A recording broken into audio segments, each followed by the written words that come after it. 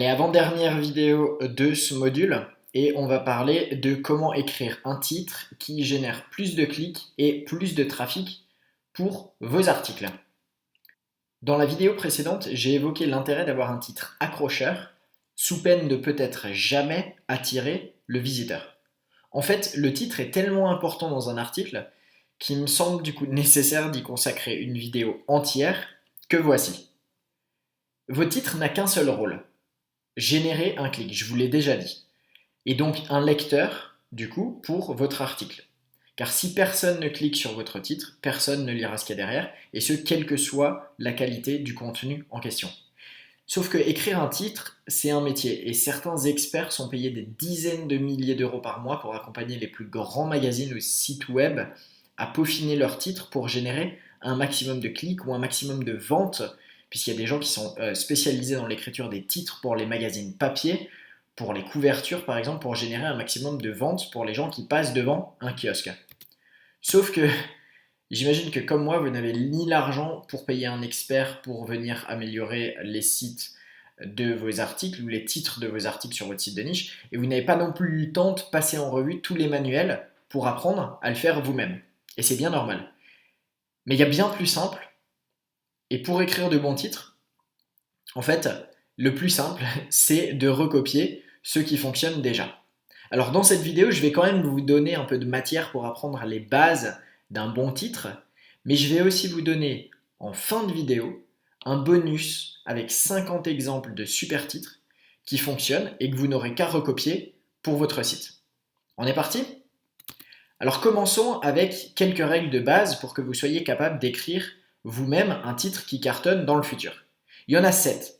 Ça ne veut pas dire que vous devez inclure ces 7 règles ou ces 7 éléments dans chacun de vos titres, c'est quasiment impossible, mais par contre il est tout à fait possible de mixer l'un ou l'autre pour créer un titre vraiment accrocheur, et en tout cas vous devriez au moins avoir à chaque fois un de ces éléments dans vos titres.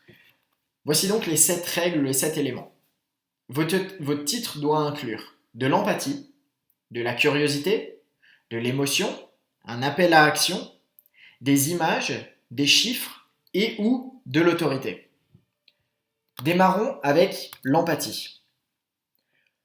L'empathie, c'est le fait de montrer à vos lecteurs que vous comprenez leurs problèmes ou leurs besoins. Vous devez leur sentir que vous êtes capable de vous mettre à leur place. Vos lecteurs cherchent un contenu qui réponde à leurs questions, écrit par quelqu'un qui les comprenne. Et bien vous devez leur montrer que vous êtes cette personne.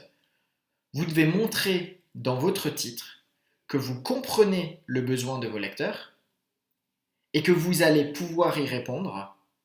Et ça va les pousser à cliquer parce qu'ils vont avoir l'impression ou la sensation de lire quelque chose qui a été écrit pour eux. Second élément, la curiosité. La curiosité peut pousser à tout, même à cliquer. Pensez à des sites comme BuzzFeed. Combien de fois est-ce que vous avez cliqué sur un titre juste parce que celui-ci avait attisé votre curiosité? Trop de fois probablement, tout comme moi. Sauf que souvent, vous avez été déçu par le contenu derrière. Sauf qu'ici, c'est impossible parce que vous savez aussi, on l'a vu dans les vidéos précédentes, comment écrire le contenu qui envoie du lourd. Donc si vous arrivez à mixer ensemble un titre qui déclenche la curiosité et à l'appuyer avec un contenu à la hauteur, vous aurez une formule gagnante. Alors, avant de continuer avec le troisième élément, oui, je vous ai mis des exemples en dessous de chacun de ces slides, mais vous verrez dans la liste avec les 50 titres, je vais les classifier pour montrer à chaque fois, ou je vous mettrai à chaque fois ce qu'ils incluent. Comme ça, vous pourrez voir concrètement qu'est-ce que c'est un titre qui attise la curiosité ou qu'est-ce que c'est un titre qui joue sur les émotions. Et ce sera plus simple de comprendre. Là, on est vraiment sur la partie théorique. Vous aurez dans le bonus la partie pratique. Troisième élément, donc, l'émotion. Encore elle. Elle joue un rôle prépondérant. Autant en tant que déclencheur de partage que pour donner envie de lire un article. Ajoutez une touche d'émotion à vos titres. Jouez sur la corde sensible pour inciter au clic. Et vous aurez des résultats. La peur, la surprise, la curiosité, l'envie, tout ça, ce sont autant d'émotions géniales à utiliser dans un titre parce qu'elles touchent directement votre audience. Elles passent à travers toutes les barrières possibles et elles vont droit là où vous voulez aller, c'est-à-dire dans la partie du cerveau de vos lecteurs qui va pas pouvoir s'empêcher d'ordonner au doigt de cliquer sur le titre. Ensuite, l'appel à l'action. Il ne doit pas être aussi direct que dans vos articles. Vous n'allez pas mettre cliquez ici, acheter, etc. Ici, tout est une question de subtilité. Mais votre titre doit inciter à passer à l'action en promettant quelque chose de concret et d'immédiat. Il doit pousser les lecteurs à cliquer pour atteindre un objectif dont les détails seront fournis au sein du post. Il faut donc que vous appreniez à pousser à l'action avec vos titres. Et on a un exemple par exemple ici, 12 astuces applicables dès aujourd'hui. Le dès aujourd'hui est un appel à l'action. Applicable dès aujourd'hui, ça veut dire que si vous cliquez, vous obtenez 12 astuces applicables dès aujourd'hui pour atteindre un objectif que vous détaillez également dans votre titre. L'image est également un excellent moyen d'attirer l'œil et de générer un clic. Utilisez des images ou des références connues pour illustrer en fait métaphoriquement parlant vos titres. Vous verrez que vous allez vous différencier rapidement de vos concurrents dont les titres sont en général plats ou n'ont pas d'originalité, en tout cas dans beaucoup de niches, il y a des auteurs qui font ça extrêmement bien, mais vous verrez que dans certaines niches, si vous lisez les titres de vos concurrents, vous pouvez faire le même article et avoir un meilleur titre et vous allez du coup cartonner beaucoup plus qu'eux. Et en faisant ça, vous allez vous démarquer d'eux et les images aident à passer certaines émotions dont nous avons parlé juste avant, bien mieux que des mots sans lien entre eux. Donc l'image peut vous aider à déclencher des émotions, par exemple 3 astuces pour dynamiter les objections. Vous voyez, dynamiter, c'est une image. Ça pourrait être 3 astuces pour éliminer les objections des visiteurs sur votre page. Mais en mettant le mot-clé dynamiter, vous touchez cette corde qui... Tiens, on n'a pas l'habitude de voir le mot-clé dynamiter avec, dans un titre avec la notion de page de vente. Donc vous allez passer des émotions où vous allez toucher un manque d'habitude de lecture de ce type de mots chez votre lecteur et vous allez les pousser à cliquer sur votre titre plutôt qu'un autre. 6e élément, les chiffres. C'est une arme absolue. 10 façons de faire quelque chose, perdez 3 kilos en une semaine, ou inclure 100% des gens qui lisent ceci, blablabla. Vous avez forcément déjà tous cliqué sur ce genre de titre. Les chiffres aident en fait à valider une promesse et ils déclenchent le clic quasiment plus que tout le reste. En tout cas, en ce moment, c'est vraiment la mode. Vous voyez, j'ai pris un exemple de titres sur BuzzFeed. Quasiment tous leurs titres ont des chiffres. En fait, les chiffres ont l'avantage d'offrir quelque chose de très concret. Quand vous promettez une liste de 10 façons d'obtenir des liens de qualité, vos lecteurs savent déjà qu'ils vont en tirer 10 bonnes astuces à utiliser. Ce qui va forcément plus les attirer que si vous disiez comment obtenir des liens de qualité. Ça pourrait laisser penser que vous allez fournir peut-être juste que de la théorie ou bien peut-être qu'une seule méthode. Alors que quand vous dites 10 idées, là, vous donnez du concret. On sait qu'à la fin de la lecture, on va en tirer 10 choses. Et ça donne envie de cliquer. Donc, abusez des chiffres. Enfin, l'autorité est un autre atout pour attirer le lecteur. Si un ami quelconque vous donne un conseil en cuisine, vous le prendrez forcément avec des pincettes. Vous allez lui dire, ouais, bon, ok, il me le dit, mais quelle est sa source? Maintenant, si ce même conseil est donné par Joël Robuchon, eh ben, je parie que vous le prendrez bien plus sérieusement. Pourquoi? Parce que c'est le principe de l'autorité.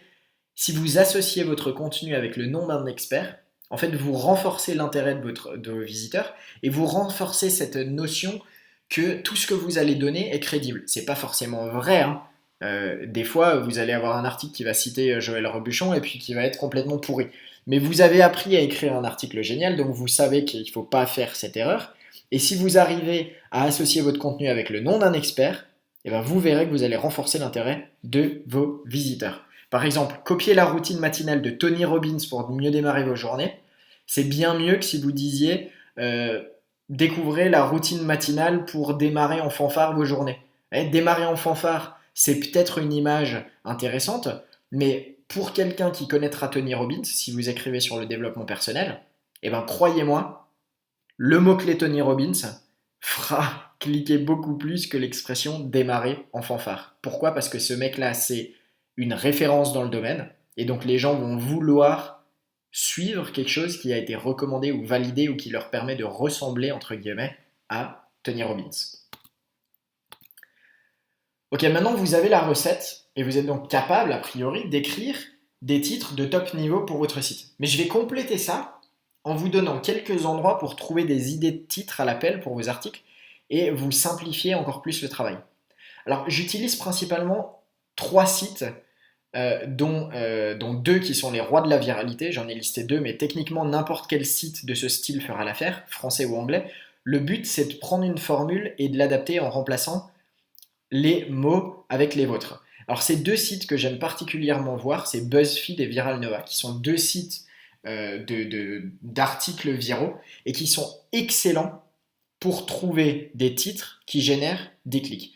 Non seulement sur leur site, sur Facebook quand ils postent un article ou autre, mais vous verrez dans les colonnes de droite ou bien dans les articles à recommander, c'est comme ça que ces sites-là gagnent de l'argent en générant un maximum de pages vues. Et donc tous leurs titres sont absolument optimisés pour qu'à chaque fois que vous lisiez un article, vous ayez envie de cliquer sur les articles qui sont sur le côté. Donc utilisez-les, reprenez les formules, modifiez les mots et vous verrez que vous trouverez plein de bonnes idées d'articles. Udemy.com, le 3e site que j'ai listé ici, c'est un peu différent, c'est un site de formation en ligne. Et là, je vous invite plutôt à y lire les titres des formations. Parce que pour sortir du lot, les créateurs de formation doivent vendre celle-ci en un coup d'œil. Et pour votre article, c'est pareil. Il faut que vous mettiez une promesse forte dans vos articles pour faire cliquer. Donc si vous trouvez des formations liées à votre thématique, vous pourrez certainement utiliser des titres ou bien même les sous-titres. Hein. Des fois, les titres des sous-parties sont tout aussi intéressantes que les titres des parties complètes. Et voire même, vous trouverez, ça c'est bonus, hein, des plans entiers de formation à copier pour structurer un article. Donc udemy.com, le site de cours, allez-y pour trouver des idées. Mais ce que j'aime bien faire aussi, c'est aller voir les articles de mes concurrents. C'est pas forcément le cas, mais notamment sur le web marketing, il y a des auteurs qui sont excellents sur le sujet en France ou en Angleterre. Et en fait, ce que vous pouvez faire, c'est que vous allez voir vos concurrents, mais non pas que français, mais à l'étranger. Et un bon exemple, tiens, j'aurais pu le mettre ici, mais un bon exemple qui me vient en tête là maintenant tout de suite, là c'est de l'impro. Sur pourmonchien.fr, je suis tombé l'autre jour sur un site, alors j'ai plus l'URL en tête, mais un site qui fait exactement la même chose et qui a tout misé sur la viralité. C'est-à-dire qu'ils ont exactement le même type d'article pour vendre des objets et des accessoires pour chiens, mais à côté ils ont un blog qui est vraiment bien alimenté avec d'excellents articles à fort potentiel viral. Et bien ce serait un type de site que je pourrais aller recopier en termes de contenu, voir le type de titre qu'ils utilisent et les appliquer, les traduire en français et les mettre sur mon site. Une autre chose que j'aime faire, c'est arpenter les forums dans mes niches pour étudier les questions posées par les visiteurs, histoire d'identifier les vrais problèmes. Vous vous rappelez, on a parlé de cette technique au moment de créer le plan de contenu ultime. Et bien, en identifiant ces vrais problèmes, ensuite il vous suffit de réécrire les questions identifiées en y incluant les règles fournies juste avant pour obtenir des titres qui soient à la fois très concrets, qui vont parler à vos utilisateurs, puisque vous allez répondre à des questions qu'ils se posent, mais en incluant en plus les éléments qui vont générer des clics au maximum. Et alors je termine avec un de mes outils préférés. J'ai mis mon outil préféré. C'est vrai que c'est le seul outil que je vais vous citer ici, donc forcément c'est mon outil préféré. C'est pour trouver des idées de titres d'articles. Alors il n'existe pas en français, et ce serait encore mieux s'il existait vraiment en français, mais bon, si vous parlez anglais, vous n'aurez aucun mal à l'utiliser et à traduire les titres pour vos sites. Cet outil, c'est le générateur de titres de HubSpot. Vous y entrez 3 mots-clés, en anglais du coup, et HubSpot va vous trouver 5 titres d'articles similaires parus dans la semaine.